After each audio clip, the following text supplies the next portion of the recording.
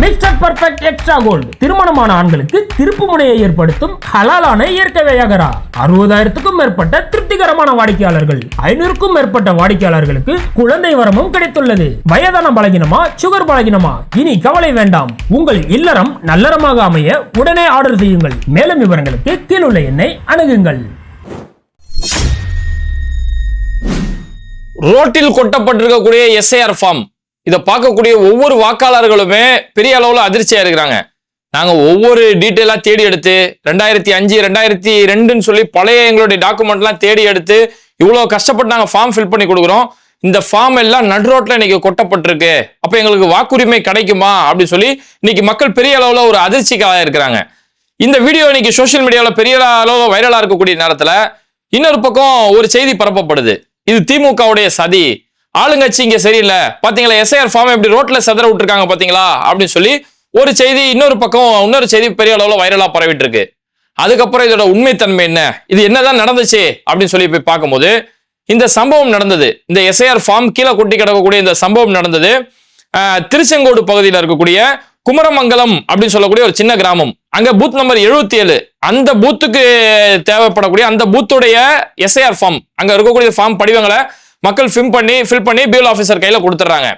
அந்த PL officer அவங்க ஒரு லேடி, அவங்க என்ன செய்யறாங்க, அங்க ஒரு இடத்துல அந்த ஃபார்ம் ஒரு கோயில் பகுதியில் அவங்க வேலையெல்லாம் செய்யறாங்க. ஃபார்ம் ஃபில் பண்ணி எல்லாத்தையுமே ஒழுங்குபடுத்தி ஒரு கோயில் வாசலை வச்சு இந்த வேலையெல்லாம் செஞ்சு முடிச்சுட்டு அந்த ஃபார்ம் இருக்கக்கூடிய அந்த பை ஒரு மஞ்சள் கலர் பையில வச்சிருக்காங்க. எல்லாத்தையும் மஞ்சள் கலர் பையில கோயில் வாசல் தானே அப்படி நம்பி கோயில் வாசல்ல வச்சுட்டு பக்கத்துல இருக்கக்கூடிய ரெஸ்ட் ரூமுக்கு அவங்க போறாங்க, கழிப்பிடத்துக்கு அவங்க போறாங்க. போயிட்டு வர்றதுக்குள்ள அங்க இருக்கக்கூடிய சில அதிமுகவை சேர்ந்தவங்க வந்து அந்த பையை எடுத்துட்டு வந்துடுறாங்க.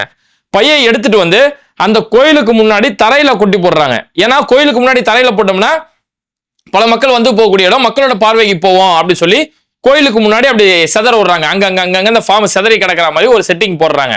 செட்டிங் போட்டது மட்டும் இல்லாம இது அவங்களே வீடியோவுமே எடுக்கிறாங்க. அவங்களே மொபைல்ல வீடியோ எடுத்துட்டு பாத்தீங்களா ஃபார்ம் எல்லாம் நீங்க எஸ்ஐஆர் ஃபார்ம் எவ்வளவு கஷ்டப்பட்டு ஃபில் பண்ணி கொடுக்குறீங்க, ஆனா இங்க எவ்வளவு அலட்சியமா இருக்கு பாருங்க, இந்த அரசு எவ்வளவு அலட்சியமா இருக்கு, இந்த அரசு அதிகாரிகள் எவ்வளவு அலட்சியமா இருக்கிறாங்க பாருங்கன்னு சொல்லி இப்படி ஒரு கெட்ட பேர் திமுகவுக்கு இப்படி ஒரு கெட்ட பேர் ஏற்படுத்துறதுக்காக இப்படி ஃபார்ம் ரோட்ல செதறி போட்டு போயிருக்காங்க. ஆனா அது என்னன்னா கடைசியில் உண்மை வெளியில வந்துருச்சு. அங்க இருக்கக்கூடிய சிசிடிவி காட்சிகள் மூலியமாவும் இல்ல அவங்க வீடியோ எடுத்தாங்க இல்லையா, அவங்களுடைய அந்த வீடியோ மூலியமாவே அந்த ஃபார்மை கீழே கொட்டினது அந்த பகுதியை சேர்ந்த அதிமுகவை சேர்ந்த நிர்வாகிகள், அதிமுகவுடைய முன்னாள் நிர்வாகிகள், அதிமுக இப்ப இருக்கக்கூடிய நிர்வாகிகள் அப்படின்னு சொல்லி எல்லாம் அதிமுகவை சேர்ந்தவர்கள் அந்த காரியத்தை செஞ்சிருக்கிறாங்க அப்படிங்கிற உண்மை நிலவரம். அதுக்கடுத்து அந்த வீடியோவை முழுமையா ஆய்வு செய்யும் போதுதான் அதோட உண்மைத்தன்மை என்னன்னு தெரிய வருது. ஒரு பிஎல் ஆஃபீஸர் இன்னைக்கு எவ்வளவு கஷ்டப்பட்டு வேலை செஞ்சுட்டு இருக்காங்க. ஏன்னா அவங்களுக்கு கொடுத்தது வெறும் ஒரு மாச டார்கெட்ல நீ இவ்வளவு வேலை செஞ்சாகணும் அப்படிங்கும் போது அந்த பிஎல் ஆஃபீஸர் பணிச்சுமை காரணமா, மூத்த அதிகாரிகளுடைய அந்த அழுத்தம் காரணமா இவ்வளவு கஷ்டப்பட்டு இந்த வேலை செய்யும் போது ஒரு பக்கம் இவங்க ஒரு பக்கம் இந்த மாதிரி அந்த ஃபார்ம் எல்லாம் எடுத்துட்டு போய் ரோட்ல கொட்டி விடுறதுன்னு சொல்லி இன்னும் அவங்கள ஒரு பணிச்சுமைக்கும் மன அழுத்தத்துக்கு தான் ஆளாக்கிட்டு இருக்காங்க. ஏன்னா இப்போ நம்ம பேசிட்டு இருக்கக்கூடிய நேரத்துல பிஎல் அதிகாரிகளோட தற்கொலை அப்படிங்கிறது நாளுக்கு நாள் ரொம்ப அதிகமா போயிட்டு இருக்குது. மம்தா பானர்ஜி இதை பத்தி முந்தானத்து மம்தா பானர்ஜி சொல்லும் போது இந்த எஸ்ஐஆர் அப்படின்ற ஒரு திட்டம் ஆரம்பிக்கப்பட்டு இதுவரைக்கும் 28 பேர் இறந்து போயிருக்காங்க தற்கொலை அப்படின்னு சொல்லி 28 பேரோட உயிரை இந்த எஸ்ஐஆர் வாங்கியிருக்கு அப்படின்னு சொல்லி மம்தா பானர்ஜி ஒரு குற்றச்சாட்டு சொல்றாங்க. மம்தா பானர்ஜி சொல்லும் போது அந்த இடத்துல சாந்தின்னு சொல்லக்கூடிய ஒரு பழங்குடியினை சேர்ந்த பெண், அவங்க வந்து அங்கன்வாடியில் வேலை செய்யறாங்க, அவங்க தற்கொலை செஞ்சுட்டாங்க.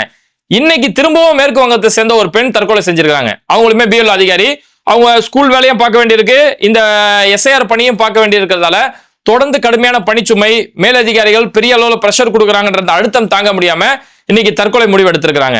அதே மாதிரி இப்போ குஜராத்ல ஒரு தற்கொலை சம்பவம் நடந்திருக்குது. நம்ம தமிழ்நாட்டுல தஞ்சாவூர் சேர்ந்த சித்ரான்னு ஒருத்தவங்க தூக்கு மாத்திரை சாப்பிட்டு தற்கொலை முயற்சி பண்ணாங்க, ஆனா காப்பாத்திட்டாங்க.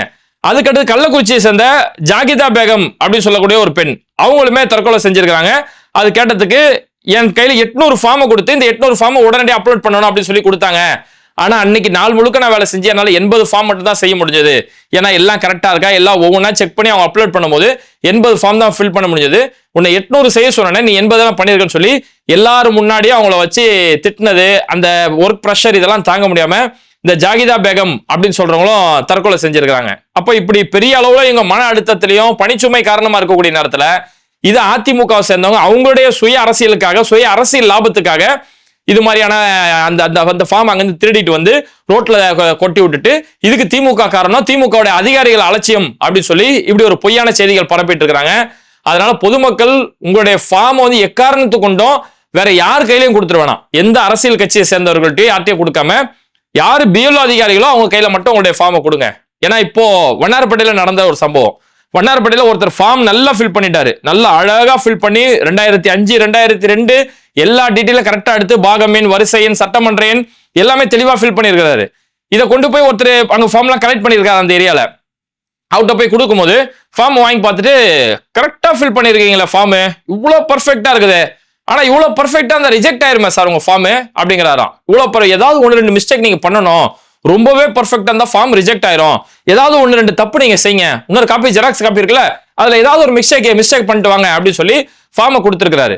அதுக்கடுத்து அந்த ஏரியால இருக்கக்கூடிய காங்கிரஸ் கட்சியை சேர்ந்தவங்களாம் அவர் யாரு எப்படி தப்பா ஃபார்மை ஃபில் பண்ண சொல்லி எந்த அதிகாரி சொல்லுவாங்கன்னு சொல்லி அவரை தேடி போய் பார்க்கும்போது அவர் ஒரு அதிமுகவை சேர்ந்தவர் அப்படிங்கிற உண்மை. அப்ப என்னன்னா அதிமுகவை சேர்ந்தவர்களுக்கு, பாஜகவை சேர்ந்தவர்களுக்கு இந்த எஸ்ஐஆர் மூலியமா திமுகவுக்கு போகக்கூடிய ஓட்டுகள் இருக்கு இல்லையா, அந்த ஓட்டுகளை எப்படியாவது கழிச்சு விட்டுறணும் அப்படிங்கிறதுக்காக தான் அவங்க மெயினா அதுக்காக வேலை செய்யறாங்க. அதனாலதான் அதிமுக இந்த எஸ்ஐஆருக்கு முழு ஆதரவு. அதிமுக ஜெயக்குமார், எடப்பாடி பழனிசாமி எல்லாருமே இந்த எஸ்ஐஆருக்கு முழு ஆதரவு. சுப்ரீம் கோர்ட் வரைக்கும் போய் எஸ்ஐஆர் நடந்தே ஆகணும், எஸ்ஐஆர் அருமையான திட்டம் அப்படின்னு சொல்லி சுப்ரீம் கோர்ட் வரைக்கும் போயிட்டு இருக்காங்க. அப்ப அதிமுகவை சேர்ந்த அடிமட்ட தொண்டர்கள் ஒரு சிலர் என்ன செய்யறாங்கன்னா இந்த எஸ்ஐஆர் ஃபார்மை ஒன்று ரோட்ல கொட்டி விடுறது, அல்லது ஃபார்மை சரியா எழுதிட்டு வந்தாலும் அதுல அந்த குறை இருக்கு, இந்த மிஸ்டேக் இருக்குன்னு சொல்லி இதை எப்படியாவது கழிச்சு விடுறதுக்காக அதுக்கான வேலைகள் செஞ்சுட்டு இருக்கும்போது பொதுமக்கள் நீங்க ஃபில் பண்ணப்பட்ட ஃபார்ம் இருக்கு இல்லையா, அது அந்த பிஎல்ஓ அதிகாரிகள் கிட்ட மட்டும் கொடுங்க. அவங்க எந்த அரசின் கீழே வேலை செய்யறவங்கள, அவங்க அரசு அதிகாரிகள் தான், ஆனா எந்த கட்சிக்காக வேலை செய்யறவங்க கிடையாது. அதனால உங்களுடைய ஃபார்ம்ல மேலேயே பிஎல்ஓ ஆஃபீஸர்னு ஒரு நம்பர் இருக்கும், அவரோட பெயரோட அந்த நம்பர் இருக்கும், அந்த நம்பர் கான்டாக்ட் பண்ணுங்க. ஏன்னா நிறைய பேர் என்ன செய்யறாங்கன்னா அந்த நம்பர் நான் ஃபோன் பண்ணங்க, ஃபோன் பண்ணா ரிங் போச்சு எடுக்கவே இல்லை, அதனால ஏரியாவில் ஒரு கட்சிக்காரர் எல்லாத்தையும் வாங்கிட்டு வந்தாரு அவர் கையில கொடுத்துட்டேன் அப்படிங்கிறாங்க. பிஎல் ஆஃபீஸரை பொறுத்த வரைக்கும் அவங்க ஒவ்வொரு வீடா போகணும். ஒவ்வொரு வீடா போக முடியாத நேரத்தில் ஒரு தெருவுக்குன்னு சொல்லி ஒரு இடத்துல டேபிள் போட்டு உட்காந்துறாங்க. அந்த தெருவில் உள்ளவங்களாம் வந்து வாங்குறாங்க.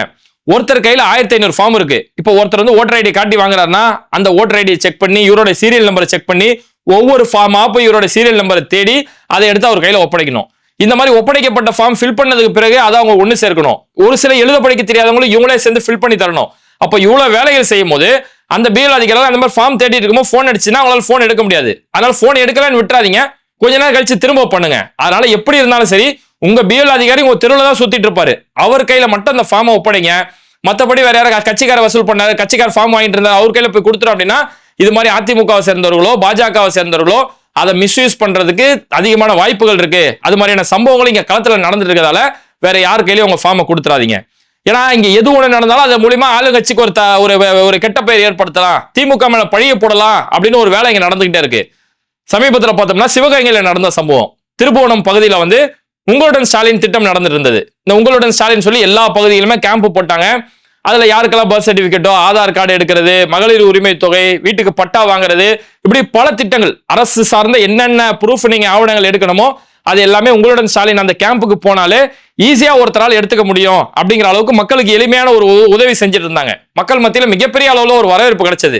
நான் ஒரு கவர்மெண்ட் ஆஃபீஸ் போனா அங்க கியூல நிக்கணும், கேட்கிற ப்ரூஃப் எல்லாம் கொடுக்கணும், நாள் கணக்கில் அலையணும், ஆனா அது எது இல்லாம எங்களை தேடி திட்டம் வந்திருக்குது அப்படின்னு சொல்லி பெரிய அளவிலான கூட்டங்கள் எங்கெல்லாம் உங்களுடன் ஸ்டாலின் அந்த முகாம் நடக்குதோ அங்கெல்லாம் கூட்டம் நிரம்பி வடியக்கூடிய அளவுக்கு இருக்கும். அவ்வளவு கூட்டத்துக்கும் தண்ணீருக்கான ஏற்பாடு, டீ எல்லாமே ஏற்பாடு செஞ்சு ரொம்ப அழகா பண்ணிட்டு இருந்தாங்க. அப்ப அதுக்கு மக்கள் மத்தியில வரவேற்பு கிடைக்குது அப்படின்னு தெரிஞ்ச உடனே அந்த டைம்ல நிறைய பேர் என்ன செஞ்சாங்க தெரியுமா, அந்த உங்களுடன் ஸ்டாலின் அந்த ஃபார்மை கொண்டு போயிட்டு ஆத்துல போய் போட்டுறது. ஆத்துல போய் போட்டுட்டு பாத்தீங்களா நீங்க வந்து திமுக நம்பி ஃபார்மை கொடுக்குறீங்க, ஆனா அந்த ஃபார்மை உங்கள்ட்ட இருந்து வாங்குற மாதிரி வாங்கி இந்த பகுதிக்கு குப்பையில போட்டுறாங்க, ஆத்துல தூக்கி போட்டுறாங்க அப்படின்னு சொல்லி இப்படி ஒரு பொய் பிரச்சாரம் ஒண்ணு நடந்துட்டு இருந்தது. சமீபத்தில் அந்த மாதிரி தான் சிவகங்கையில திருப்புவனத்துல வைகை ஆத்துல அந்த ஃபார்ம் எல்லாம் கீழே மிதந்துச்சு. அந்த ஃபார்ம் மிதந்தோன்னா ஒரு சிலர் அதை வீடியோ எடுக்கிறாங்க, வீடியோ எடுத்து ஒரு சிலர் அந்த ஆத்துக்குள்ளே இறங்கி அந்த ஃபார்ம் எடுத்துட்டு வராங்க. ஆனா ஃபார்ம் பார்த்தோம்னா தகன்னு இருக்குது. அதாவது இதுக்கு முன்னாடி யாரோ ஒரு அதிகாரி நான் என்ன சொல்றேன், உண்மையில அப்படி நடந்ததா வச்சுக்கிறோமே, இவங்க கையில கொடுத்த ஃபார்மை வந்து குப்பையில தூக்கி போடுறாங்க. அப்படி குப்பையில தூக்கி போட ஐடியா இருந்தா இப்படி மக்கள் பயன்படக்கூடிய ஓப்பனெல்லாம் போட மாட்டாங்க, அதை ஒண்ணு எரிச்சு போட்டுருவாங்க. ஏதாவது ஒரு அரசியல்வாதி சும்மா ஜோக் காட்டுறதுக்காக மக்கள்கிட்ட வாங்கி அப்புறம் தூக்கி குப்பையில போடுறா குப்பையில போட மாட்டாங்க, அதை எரிச்சுதான் போடுவாங்க. ஆனா இங்க வந்து ஆத்துல போட்டாங்களாம். மக்கள் பயன்படக்கூடிய மக்கள் ரெகுலரா நடக்கக்கூடிய சாலையில அங்க ஆத்துல தூக்கி போட்டாங்களாம். ஆத்துல போட்டா என்ன ஆகும், இப்போ ஒருத்தன் அந்த ஃபார்ம் எல்லாம் கொண்டு ஆத்துல போடுறான், அப்ப அவன் எப்போ போடுவான், யாருமே ரோட்ல இல்லாத டைமா பார்த்தா தூக்கி போடுவான், ஒண்ணு நைட்ல போடுவான், இல்ல யாருமே இல்லாத அதிகாலை நேரத்துல போடுவான். அப்படி போட்டிருந்தா இது வெறும் பேப்பர் தான், அந்த உங்களுடைய ஸ்டாலின் ஃபார்ம்ங்கிறது வெறும் பேப்பர் தான். அப்ப அது ஆத்துல போட்டிருந்தா ஒரு குறிப்பிட்ட நேரத்துல ஒரு 5 நிமிஷத்திலேயே அந்த பேப்பர் மக்கி போய் அது உள்ள போயிருக்கும், பேப்பர் எல்லாம் வீணா போயிருக்கும். ஆனா இந்த வீடியோல இருக்கு பாத்தீங்களா, அப்படியே ஃபார்ம் தக தக தகன்னு இருக்கு. அப்ப என்னன்னா அந்த ஃபார்ம் அப்பவே போட்டுட்டு அப்பவே வீடியோ எடுக்கிறான்றது தெரியுது. அப்பவே போட்டு அப்பவே வீடியோ எடுக்க அது ஃபேம் அப்படி அந்த பேப்பர் அப்படியே பக்காவா இருக்குது. அதுக்கடுத்து தண்ணியில இருக்கக்கூடிய அந்த ஃபார்ம் எல்லாம் கொண்டு வந்து மேல வச்சு வீடியோ எடுத்து இப்படி எல்லாம் ஒரு ஜோக் ஒன்று காட்டினாங்க. அப்ப தண்ணியில அவ்வளவு நேரம் ஊறி போயிருந்தா அந்த ஃபார்ம் எல்லாம் கிழிஞ்சு போயிருக்கும், நாசமாய் போயிருக்கும். ஆனா அப்படியே ஃப்ரெஷ்ஷாவே இருக்கு, பேப்பர் அப்படியே ஃப்ரெஷ்ஷா இருக்கக்கூடிய காட்சிகள் அதுல பார்க்க முடியுது. அதுக்கடுத்து இதுல என்ன நடந்துச்சு, திருப்போணத்துல என்ன நடந்துச்சு அப்படின்னு சொல்லி பார்க்கும்போது, இந்த அரசு அலுவலகத்துல வேலை செய்யக்கூடிய முத்துக்குமரன் சொல்லக்கூடிய ஒரு நபர், அந்த ஆள் என்ன செஞ்சிட்டாரு, அவருடைய மூத்த அதிகாரிகள் அல்லது அவர் கூட வேலைக்கூடிய சக ஊழியர்கள் அவங்க மேல இவருக்கு ஒரு கோபம், அவங்க எப்படியாவது ஏதாவது ஒரு விஷயத்துல பழி வாங்கணும் அப்படின்னு சொல்லும் போது அந்த மக்கள் கொடுக்கக்கூடிய ஃபார்ம் வாங்கி கலெக்ட் பண்ணி வைக்கிறாங்க. அதாவது நிலம் சம்பந்தமான ஃபார்ம், அங்க ஆத்திர கொட்டியிருந்தது நிலம் சம்பந்தமா பட்டா சம்பந்தமா கொடுக்கப்பட்ட அந்த ஃபார்ம். அந்த ஃபார்ம் வாங்கி வைக்கக்கூடிய அதிகாரிகள் அந்த ஃபார்ம் வாங்கி அவங்க ஆபீஸ்ல வச்சு அது சம்பந்தமான பணிகள் செய்யக்கூடிய நேரத்துல யாரும் இல்லாத நேரத்தில் அந்த ஃபார்மை கொண்டு வந்து வைகை ஆத்துல போட்டுட்டாரு. அப்போ வைகை ஆத்துல போட்டுட்டா இந்த ஃபார்ம் உனக்கு சம்பந்தமான ஒரு ஃபார்ம் ஆச்சே, அப்போ உன்னோட வேலை நீ சரியா செய்யல, அலட்சியமா செஞ்சிருக்கன்னு சொல்லி அந்த குறிப்பிட்ட அதிகாரிகளை சஸ்பென்ஷன் செய்ய வைக்கிறதுக்கு அது ஒரு காரணமா இருக்குங்கிறதுக்காக, அவங்கள பழி வாங்குறதுக்காக முத்துக்குமரன் அப்படின்னு சொல்லக்கூடிய ஒரு நபர் தான் இந்த காரியத்தை செஞ்சிருக்கிறாரு. இது எப்படி வெளியில வந்ததுன்னா, இந்த ஃபார்ம் கீழே கொட்டி கிடந்தோடனே பெரிய அளவுல வைரல் ஆச்சு. பாஜகவை சேர்ந்தவங்க, தாவேகா கட்சியை சேர்ந்தவர்கள், அதிமுக, ஏன்னா இந்த மூணுமே ஒரே கூட்டணி கட்சி, பாஜக, தாவேகா, அதிமுக, இது ஒரு கூட்டணி கட்சி. இந்த மூணு பேருமே சொல்லி வச்ச மாதிரி இதை வந்து பெரிய அளவுல செய்தி ஆக்குனாங்க. பாத்தீங்களா, இங்க உங்களோட ஸ்டாலின் முகாம் நடத்திட்டு அதை கொண்டு போய் குப்பையில போடுறாங்கன்னு சொல்லி ஒரு செய்தியை பரப்புனாங்க. அதுக்கப்புறமா போலீஸ் போய் விசாரணை செய்யும் போது அந்த சம்பந்தப்பட்ட அரசு அலுவலகத்தில் இருக்கக்கூடிய அதிகாரிகளை ஒரு 8 பேரை போலீஸ் பிடிச்சி விசாரிக்கிறாங்க. ஃபுல் டீடைல் கலெக்ட் பண்றாங்க. அப்படி அந்த எல்லா டீடைலும் கலெக்ட் பண்ணி விசாரிக்கக்கூடிய நேரத்துல இந்த முத்துக்குமரன் தான் இந்த காரியத்தை செஞ்சிருக்கிறாரு, கூட வேலை செய்யக்கூடிய அதிகாரிகளை பழி வாங்குறதுக்காக இப்பேற்பட்ட காரியத்தை செஞ்சிருக்கிறாருன்ற அந்த உண்மை தன்மை வெளியில வந்துருச்சு. ஆனா இந்த செய்தி எப்படி பரப்புனாங்க, திமுக உங்க கையில இப்படி ஃபார்ம் வாங்கி இப்படி தூக்கி குப்பையில போட்டுருச்சு அப்படின்னு ஒரு செய்தியை பரப்புன மாதிரி தான் இப்பவுமே இந்த எஸ்ஐஆர் ஃபார்மோட விஷயத்துல இந்த மாதிரி செய்திகளை பரப்பிட்டு இருக்காங்க. ஆனா இந்த இடத்துல நம்ம தேடுறது யாரு தெரியுமா, நான் இந்த இடத்துல தேடுறது நம்ம இளைய தளபதி விஜய்ஜியை தான் ரொம்ப பெரிய அளவுல நம்ம தேடிட்டு இருக்கோம். ஏன்னா எங்கேயாவது ஒரு இடத்துல லைட்டா அப்படி திமுகன்னு ஒரு பேர் வந்துச்சுன்னா போதும், மனுஷனை கையில பிடிக்க முடியாது. திமுக தான் இதுக்கு காரணம், எஸ்ஐஆர் எனுமரேஷன் ஃபார்ம் வரலையா, இதுக்கும் திமுக தான் காரணம், அப்படி அப்படின்னு சொல்லி எல்லாத்துக்குமே திமுக பேர்ல பில் எடுக்கக்கூடிய விஜய் இந்த இடத்துல அதிமுக இவ்வளவு பெரிய அப்பட்டமான காரியங்கள் செஞ்சிருக்காங்க. அதிமுக தொண்டர்கள் இது மாதிரியான காரியங்கள் செய்யும் போது ஒரு வார்த்தை, ஒரு மூச்சு அதை பத்தி வெளியில வர மாட்டேங்குது. இந்த இடத்துல எஸ்ஐஆர் ஃபார்ம் ரோட்ல கொட்டி போடுறாங்க. அப்போ இந்த இடத்துல இந்த மாதிரி அதிமுக தொண்டர்கள் இந்த மாதிரி செய்யறாங்க, தேர்தல் ஆணையத்தில் நடவடிக்கை எடுக்கணும், மக்கள் நீங்க எல்லாம் ஃபார்மை கொண்டு போய் ஒழுங்கா போய் ஒப்படைக்கணும், குறிப்பிட்ட நபர்கள்ட்ட போய் சேர்க்கணும் அப்படின்னு சொல்லி விஜய் தரப்புல இருந்து ஒரு வார்த்தை வரல, வரவும் செய்யாது. ஏன்னா இந்த எஸ்ஐஆர்னு ஒரு திட்டம் கொண்டு வரும்போது எஸ்ஐஆரை எதிர்த்து விஜய் கட்சி சார்பில் போராட்டம் செய்யறாங்க. அந்த போராட்டத்தை போய் திமுக போய் எதிர்த்து பேசுறாங்க. ஏன்டா திமுகவை எஸ்ஐஆர் கொண்டு வந்துச்சு, எஸ்ஐஆர் எதிர்த்து களத்துல நிற்கக்கூடிய கட்சி திமுக. எஸ்ஐஆர் மக்களை இந்த எஸ்ஐஆர் ஒரு திட்டம் கொண்டு வந்து மக்களை வாக்கு திருட்டு செய்யறாங்க, அதுக்கு எதிராக மக்களுக்கு விழிப்புணர்வு செஞ்சு வேற வழியில இந்த எஸ்ஐஆர் ஃபில் பண்ணாதான் நம்மளோட வாக்குரிமை கிடைக்குங்கிறதுக்காக அதுக்கு விழிப்புணர்வு செஞ்சு மக்களுக்கு ஃபார்ம் ஃபில் பண்றதுக்கான எல்லா ஏற்பாடும் செஞ்சு இதே நேரத்தில் சுப்ரீம் கோர்ட்ல போய் கேஸை போய் கொடுத்து இப்படி எல்லா வேலைகளிலுமே இந்த எஸ்ஐஆர் களத்துல நின்று எதிர்த்துக்கிட்டு இருக்காங்க திமுக. ஆனா அந்த திமுக விஜய் வந்து எதிர்க்கிறாரு, எஸ்ஐஆர் வந்து திமுக கொண்டு வந்தது அப்படிங்கிற மாதிரி பேசுறாரு. ஆனா இந்த எஸ்ஐஆர் ஆதரிக்கக்கூடிய அதிமுக, எஸ்ஐஆர் ஆதரிச்சு சுப்ரீம் கோர்ட்ல போய் கேஸ் போடக்கூடிய அதிமுக, இந்த அதிமுக பத்தி மூச்சு கூட விடுறது கிடையாது. ஏன் அதிமுக பத்தி பேசினா பாஜக கூட்டணி பலவீனமாயிரும் அப்படிங்கிறதுக்காக விஜய் அதிமுகவையும் பேச மாட்டாரு, பாஜகவையும் பேச மாட்டாரு. அதனாலதான் ஆதவ அர்ஜுனா நடத்துற அந்த ஆர்ப்பாட்டத்துல எஸ்ஐஆர் கொண்டு வந்த பாஜக பத்தி பாஜக அப்படின்ற அந்த 3 எழுத்து பெயர் கூட அந்த ஆர்ப்பாட்டம் முழுக்க யாருமே பேசல. விஜய் 9 நிமிஷம் வீடியோ போடுறாரு, அந்த 9 நிமிஷம் வீடியோல பாஜகனோ பிஜேபின்னு சொல்லியோ எந்த ஒரு வார்த்தையுமே இல்ல. அப்ப இவங்க யாரு, இவங்களை யார் இயக்கிட்டு இருக்கா, யார் இயக்கக்கூடிய நடிகர் இவங்க அப்படிங்கிறது நமக்கு புரிய வருது. ஏதோ இது இந்த விஷயத்துல மட்டும் கிடையாது, இந்த எஸ்ஐஆரோட விஷயத்துல மட்டும் இல்ல, விஜயோடைய அரசியலே ஒரு சாயல் அரசியல், ஒரு பக்கம் ஒரு சார்பு அரசியலா தான் இருந்துகிட்டு இருக்குது. ஏன்னா அவர் என்ன சொல்றாரு, பிறப்புக்கும் எல்லா உயிருக்கும், அது மூஞ்சில ரியாக்ஷன் இருக்காது, பிறப்புக்கும் எல்லா உயிருக்கும் அப்படின்னு இருப்பார் இல்லையா. அந்த மாதிரி பார்க்கும்போது இந்த மாதிரி எல்லா மக்களுமே சமம் அப்படிங்கிறார்ல. அப்படி என்ன செய்யணும், இங்க அஜித்குமார் ஒரு லாக்அப் டெத் ஆயிருச்சு அப்படிங்கும்போது அங்க ஆக்ஷனே எடுக்கப்பட்ட போது கூட அதுக்கு பெரிய அளவில் திமுக அப்படி திமுக இப்படின்னு போனாரு. இப்ப விஜய் வந்து நாளைக்கு வந்து ஒரு உள்ளரங்க நிகழ்ச்சி ஒன்று நடத்த போறாரு, மக்களை சந்திக்க போறேன் அப்படின்னு சொல்லி ஒரு காலேஜை வாடகைக்கு பிடிச்சி அந்த காலேஜுக்குள்ளதான் நிகழ்ச்சியை நடத்துறாங்க, உள்ளரங்க நிகழ்ச்சி. அந்த நிகழ்ச்சிக்கு 2000 பேர் தான் அனுமதி, அந்த 2000 பேருக்கு QR கோடு இருக்கும், அந்த QR கோடு யார் கட்டுறாங்களோ அவங்க மட்டும் தான் உள்ள அலோவ் பண்ணுவாங்கன்னு சொல்லிட்டு அந்த காலேஜை சுத்தி தகரம் போடுறாங்க. ஏன்னா இதெல்லாம் அணில் கூட்டம் எல்லாத்தையும் பிச்சுக்கிட்டு மேலே ஏறிட்டு வந்துடும் அப்படின்னு சொல்லி காலேஜை ஃபுல்லா தகரம் போடுறாங்க. அந்த காலேஜோட பெயர் ஜேபிஆர் காலேஜ். ஜேபிஆர்ங்கிறது ஒரு கிறிஸ்தவர்களால் நடத்தக்கூடிய ஒரு காலேஜ். அப்போ விஜய்க்கு இன்னைக்கு பெரிய அளவுல ஆதரவு கொடுக்கக்கூடியவங்களும் சிறுபான்மை மக்கள்ல யார் ஆதரிக்கிறாங்க அப்படின்னா, விஜய் இஸ்லாமியர்கள் யாரும் பெரிய அளவுல ஆதரிக்கல, ஒரு சில கிறிஸ்தவர்கள் ஆதரிக்கிறாங்க. ஏன்னா விஜய் வந்து மதத்தால் ஒரு கிறிஸ்தவர் அப்படிங்கிறதால அந்த காரணத்துக்காக ஒரு சில சிறுபான்மை ஒரு கிறிஸ்தவர்கள் ஆதரிக்கிறாங்க. இதை நான் சொல்லல, அதே கிறிஸ்தவ மதத்தை சேர்ந்த இசையமைப்பாளர் ஜேம்ஸ் வசந்தனே அந்த கருத்து சொல்றாரு. அப்போ கிறிஸ்தவர்கள் விஜய் ஏதோ ஒரு வகையில் ஆதரிக்கிறாங்க. ஜேபிஆர் சொல்லக்கூடிய ஒரு கிறிஸ்தவ கல்லூரி அவங்களுமே விஜயோட நிகழ்ச்சி நடத்துறதுக்கு அந்த இட வசதியுமே செஞ்சு தராங்க இல்லையா? அப்ப அந்த சமுதாயத்துக்காச்சும் விஜய் கொஞ்சம் நன்றியா இருக்கணும்ல. இப்போ நம்ம இதை பேசிட்டு இருக்கக்கூடிய இந்த நேரத்துல ராஜஸ்தான்ல நடந்திருக்கக்கூடிய ஒரு சம்பவம். ராஜஸ்தான் பாஜக ஆளக்கூடிய மாநிலம். பாஜக அங்க ஆட்சிக்கு வந்ததுக்கு பிறகு மதமாற்ற தடை சட்டம் அப்படின்னு சொல்லி ஒரு சட்டம் ஒண்ணு கொண்டு வராங்க. அதாவது ஒருத்தர் போய் அதாவது மதம் மாற்றம்னா என்னங்க, யாரையுமே மதம்லாம் மாற்றலாம் முடியாது. அவரா விரும்பி ஒரு மதத்தை போய் தேர்ந்தெடுக்க போறாரு. அப்போ இது அவரா விரும்பி ஒரு மதத்தை தேர்ந்தெடுக்கின்றது அரசியல் சாசனத்துல உரிமை இருக்கு. ஒருத்தர் தான் விரும்பிய மதத்தை படிப்பதற்கோ, அதை அந்த மதத்தை ஏற்பதற்கோ, அதை பின்பற்றுவதற்கோ, அதனை பிரச்சாரம் செய்வதற்கோ இந்திய அரசியல் சாசனம் அவருக்கு முழுமையான உரிமை கொடுத்திருக்குது. ஆனா பாஜக ஆளக்கூடிய மாநிலங்கள்ல மதம் மாற்ற தடை சட்டம்னு ஒரு சட்டம் வச்சிருக்காங்க. என்னவோ வம்படியா கழுத்தை பிடிச்சி மதம் மாறியா இல்லையானே அப்படின்னு சொல்லி வம்படியா கழுத்தை பிடிச்சி நறுக்கிற மாதிரி மதம் மாற்ற தடை சட்டம்னு ஒன்று வச்சிருக்காங்க.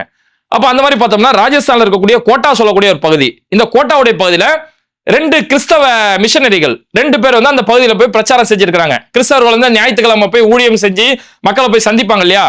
அந்த மாதிரி ஊழியம் செஞ்சிருக்கக்கூடிய நேரத்துல அந்த 2 பேருடைய பேரு சாண்டி வர்கீஸ், அருண் ஜான் அப்படின்னு சொல்லக்கூடிய 2 பேர் ராஜஸ்தானை சேர்ந்தவங்க.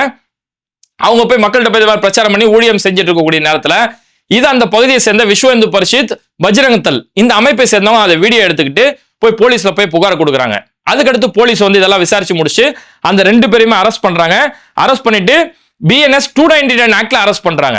BNS 299 அப்படிங்கிறது வெறுப்பு, அடுத்த மதத்தின் மேல வெறுப்பு தூண்டுறது, அடுத்த மதத்து மேல வெறுப்பு தூண்டுறது, மத உணர்வுகளை தூண்டுறது, இதுதான் அந்த ஆக்ட். ஒருத்தர் அவரு அதாவது இந்திய அரசியல் சாசனம் ஒரு மதத்தை பின்பற்றுவதற்கும் அதுக்கு பிரச்சாரம் செய்வதற்கும் முழு அதிகாரம் கொடுத்திருக்குது. அந்த அடிப்படையில தன்னோட மதத்தை பின்பற்றாரு, அதை பிரச்சாரம் செய்யறாரு மக்கள் கையில. ஒண்ணு நீ மதத்துக்கு வந்தே ஆகணும் சொல்லி வம்படியா இழுத்தாதான் தப்பு. இவர் மக்கள்கிட்ட போய் பிரச்சாரம் தான் செய்யறாங்க. அப்படி செஞ்சதுக்கு மத உணர்வுகளை நீ காயப்படுத்திட்ட அப்படின்னு ஒரு கேஸ் ஒன்று ஃபைல் பண்றாங்க. அதுக்கடுத்து ராஜஸ்தான்ல வந்து ராஜஸ்தான் மதமாற்ற தடை சட்டம்னு ஒரு சட்டம் இருக்கு. அந்த சட்டத்துல செக்ஷன் 3, செக்ஷன் 5 அந்த அடிப்படையிலுமே இவங்க மேல கேஸ் போடுறாங்க. இந்த மதமாற்ற தடை சட்டம் செக்ஷன் 3, செக்ஷன் 5 இந்த சட்டத்தை பொறுத்த வரைக்கும் இந்த கேஸுக்கு ஜாமீனே கிடையாது. பிடிச்சி உள்ள தூக்கி போட்டாலும் சரி, அதுக்கடுத்து ஜாமீனே கிடையாது. அதுக்கடுத்து நீதிமன்றத்தில் என்ன தீர்ப்பு போகுது அதுதான். அப்பேற்பட்ட ஒரு விஷயத்துல 2 பேர் போய் பிரச்சாரம் செஞ்சு மக்களை போய் சந்திச்சதுக்கு இப்பேற்பட்ட கேஸை போட்டு அவங்களை அரெஸ்ட் பண்ணி வச்சிருக்காங்க. இது மாதிரியான அராஜகங்கள் நடக்குது. ஆனா இது எதையுமே விஜய் பார்க்க மாட்டார், கண் திறந்து கூட பார்க்க மாட்டார். ஏன்னா பேசிட்டா, அதை கண் திறந்து பார்த்துட்டா, அதை பத்தி வாயை திறந்து பேசிட்டா அது ராஜஸ்தான் நடக்குது. ராஜஸ்தான் பாஜக ஆளக்கூடிய மாநிலம். பாஜக பத்தி வாயை திறந்து பேசணும்னா நம்மளை CBI பூச்சி ஒரே அமுக்கு பூச்சி அமுக்கி விட்டுருவாங்க அப்படிங்கறதால விஜய் அதை பத்தி வாயை திறந்து பேச மாட்டாரு. இதுக்கு முன்னாடி ஒரு சம்பவம் நடந்துச்சு இல்லையா? கேரளாவை சேர்ந்த 2 கன்னியாஸ்திரிகள் அவங்க சத்தீஸ்கர்ல போயிட்டு அவங்களுக்கு ஆக்சுவலா மும்பைல ஒரு டெல்லியில ஒரு கிளினிக் வச்சு ஏழை மக்களுக்கு சிகிச்சை கொடுத்துட்டு இருக்காங்க.